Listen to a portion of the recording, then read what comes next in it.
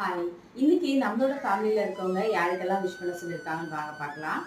First வந்து சாதனா ஸ்ரீ அப்படின்ற பாப்பாவுக்கு வந்து 3rd பர்த்டே. அவங்களுடைய அம்மா தான் வந்து விஷ் பண்ண சொல்லியிருக்காங்க. ஹாப்பி பர்த்டே சாதனா, நீங்க எப்பவுமே ஹாப்பியா இருக்கணும். அடுத்தது வந்து பார்த்தீங்கன்னா, ரவி அப்படின்றவருக்கு வந்து பர்த்டே. Belated wishes. ஆக்சுவலா அவருக்கு நேத்து வந்து பர்த்டே.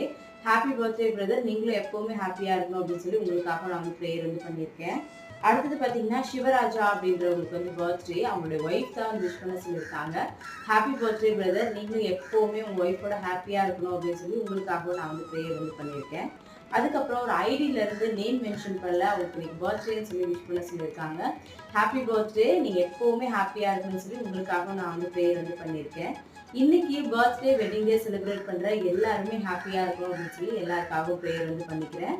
அது மட்டும் இல்லாம உங்களோட நேம் மென்ஷன் பண்ணும்போது மறக்காம யாருக்கு பர்த்டேன்றத சொல்லிடுங்க. மறுபடியும் நாளைக்கு வாழ்த்துக்கள் பத்தியில பார்க்கலாம். தேங்க்யூ.